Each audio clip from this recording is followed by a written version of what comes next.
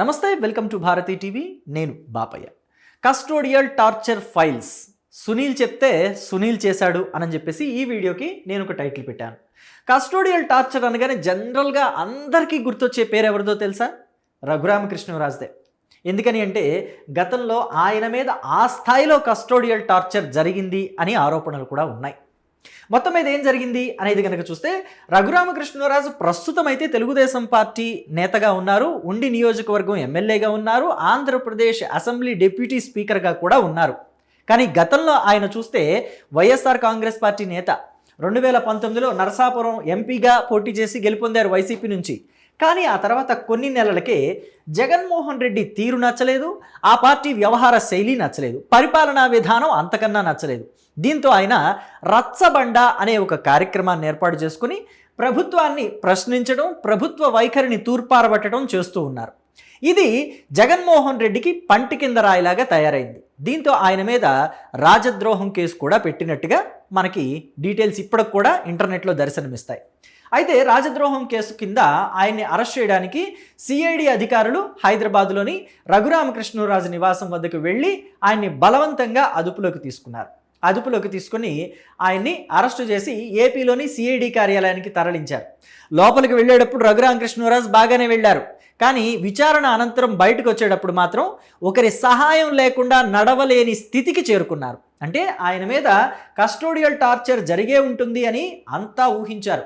ఊహించిన విధంగానే రఘురామకృష్ణరాజు కూడా తన మీద కస్టోడియల్ టార్చర్ జరిగింది అని జడ్జి ఎదుట చెప్పారు. సో జడ్జి ఏం చేస్తుంది, మరి గవర్నమెంట్ హాస్పిటల్కి పంపిస్తారు టెస్టింగ్ కోసం. అక్కడ వైద్య పరీక్షల నిమిత్తం Guntur government hospital superintendent Prabhavati దగ్గరికి రఘురామకృష్ణరాజును పంపించారు. ప్రభావతి ఏం తేల్చారో తెలుసా? అవి జనరల్గా ఆయన ఒంటి మీద ఉండే మచ్చలే అని చెప్పేసి తేల్చారు. కానీ ఆయన ఒప్పుకోలేదు.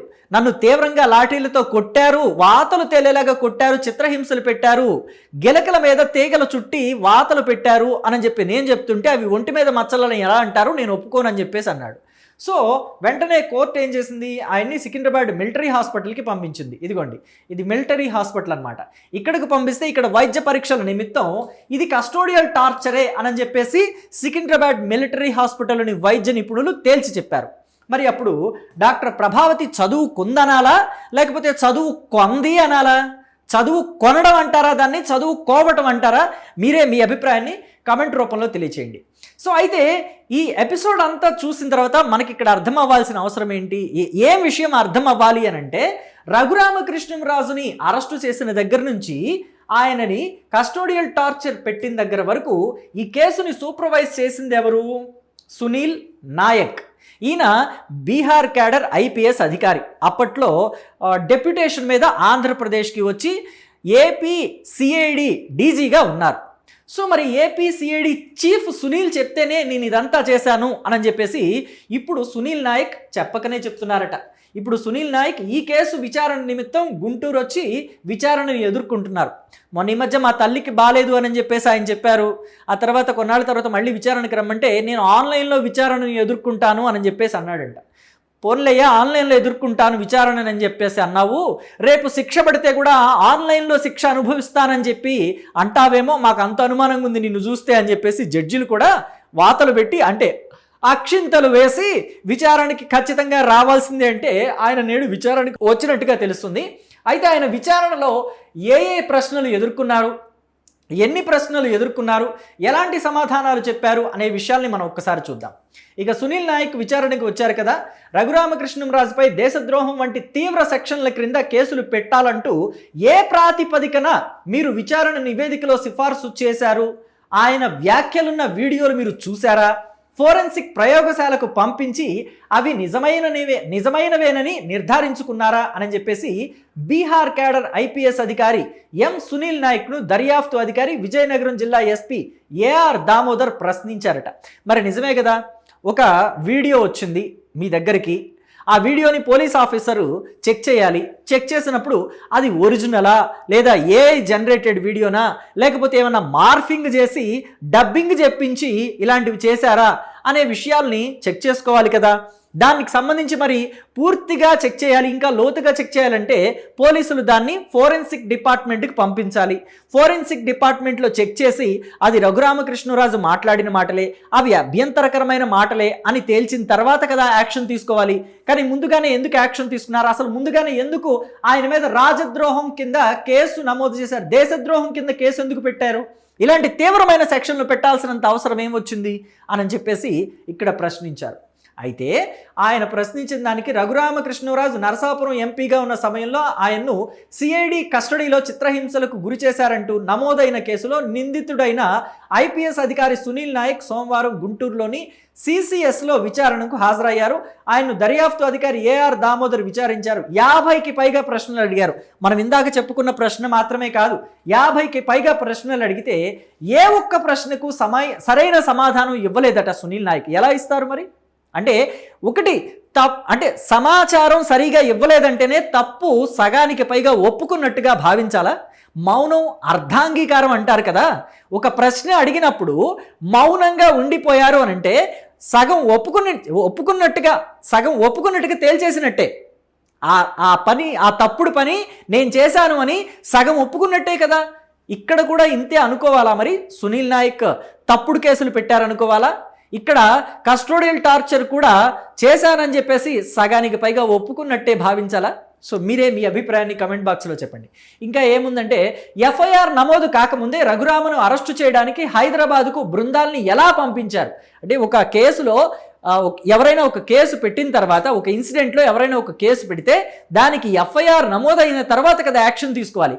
కానీ ఇక్కడ ఎఫ్ఐఆర్ నమోదు కావడానికి ముందే హైదరాబాద్కి బృందాలు వెళ్ళిపోయాయి. ఎవరు పంపించారు? ఎలా పంపించారు? ఇలా చేయడం ముందస్తు కుట్రలో భాగం కాదా అని చెప్పి ప్రశ్నించగా సునీల్ నాయక్ నీళ్లు నమిలినట్టుగా సమాచారం. నీళ్లు నమలక ఇంకేం నములుతాడు పాపం, అడ్డంగా దొరికిపోయిన తర్వాత. గుంటూరులోని సిఐడి ప్రాంతీయ కార్యాలయం లోపలికి వెళ్ళేటప్పుడు ఎలాంటి ఇబ్బంది లేకుండా నడుచుకుంటూ వెళ్ళిన రఘురామకృష్ణరాజు మరుసటి రోజు కోర్టులో హాజరవ్వడానికి తీసుకువెళ్ళినప్పుడు నడవలేని స్థితిలో ఎందుకున్నారని అడగ్గా తనకు తెలియదని సునీల్ నాయక్ సమాధానం ఇచ్చారట. ఇది ఎంత గొప్ప సమాధానమో చూడండి. అంటే ఆయన్ని అరెస్టు చేసిన దగ్గర నుంచి ఆయన విచారణనంతా కూడా సూపర్వైజ్ చేసిన ఏపీసీఐడి డీజీకి ఏమీ తెలియదు అనంటే నమ్మశక్యమైన విషయమేనా? మీరే చెప్పండి కమెంట్ బాక్స్లో. ఇక రఘురామను అరెస్టు చేసిన రోజు రాత్రి ఆయన్ను నిర్బంధించిన గుంటూరులోని సిఐడి ప్రాంతీయ కార్యాలయానికి సునీల్ నాయక్తో పాటు వెళ్ళిన గన్మెన్ డ్రైవర్ని కూడా సోమవారం విచారణకు పిలిపించారు. ఆ రోజు రాత్రి ఎన్ని గంటలకు సునీల్ నాయక్ సిఐడి కార్యాలయానికి వచ్చారు, ఆయనతో పాటు ఎవరెవరున్నారు, తిరిగి ఎన్ని గంటలకు వెళ్ళారు, ఆయన సిఐడి కార్యాలయం లోపలికి వెళ్ళినప్పటి నుంచి బయటకు వచ్చేంత వరకు ఏమేం జరిగింది అనే అంశాలపై వారిని ప్రశ్నించారు. అవే అంశాలపై అంతకుముందు సునీల్ నాయక్ను అడిగారు. డ్రైవర్, గన్మెన్లు చెప్పిన విషయాలకు సునీల్ నాయక్ చెప్పిన వాటికి పొంతన లేకపోవటం ముగ్గురిని కలిపి ప్రశ్నించారు. మరి అంతే కదా. ఇప్పుడు ఒక కేసుకు సంబంధించి ఒక విచారణాధికారి అటెండ్ అయ్యారంటే ఆయనతో పాటు ఒక గన్మెన్ ఉంటాడు, ఆయన కారు నడిపే డ్రైవర్ కూడా ఉంటారు. లాజికల్గా పోలీసులు ఇప్పుడు ఆ విషయాన్నే పట్టుకున్నారు. ఆ డ్రైవర్ని గన్మెన్ని తీసుకొచ్చారు. సునీల్ నాయక్కి తెలియకుండానే ముందుగా వాళ్ళని సెపరేట్గా విచారించారు. వాళ్ళు చెప్పిన సమాధానాల్ని పక్కన పెట్టుకొని సునీల్ నాయక్ని కూడా అవే క్వశ్చన్స్ అడిగారు. మరి సునీల్ నాయక్ అయితే అసలు పొంతం లేని సమాధానాలు చెప్తారు, లేదా మౌనంగా ఉంటారు కదా. ఇలాగే జరిగింది కాబట్టి వాళ్ళ ముగ్గురిని కలిపి కూర్చోబెట్టి అడిగారు. సో తేలిపోతుంది విషయం. సో ఇంకా ఈ కేసుకు సంబంధించి ఎలాంటి మలుపులు తీసుకోబోతున్నాయి, అసలు ఈ కేసుకి సంబంధించి క్వశ్చన్స్ అడిగినప్పుడు, విచారణాధికారులు క్వశ్చన్స్ అడిగినప్పుడు సునీల్ నాయక్ సరైన సమాధానాలు ఇవ్వకపోతే, అంటే అప్పట్లో సునీల్ ఏదైతే పివి సునీల్ కుమార్ సిఐడి చీఫ్గా ఉన్న పివి సునీల్ కుమార్ ఏదైతే ఆదేశాలు ఇచ్చారో వాటినే సునీల్ నాయక్ పాటించారు అని చెప్పేసి లెక్క వేసుకోవాలా?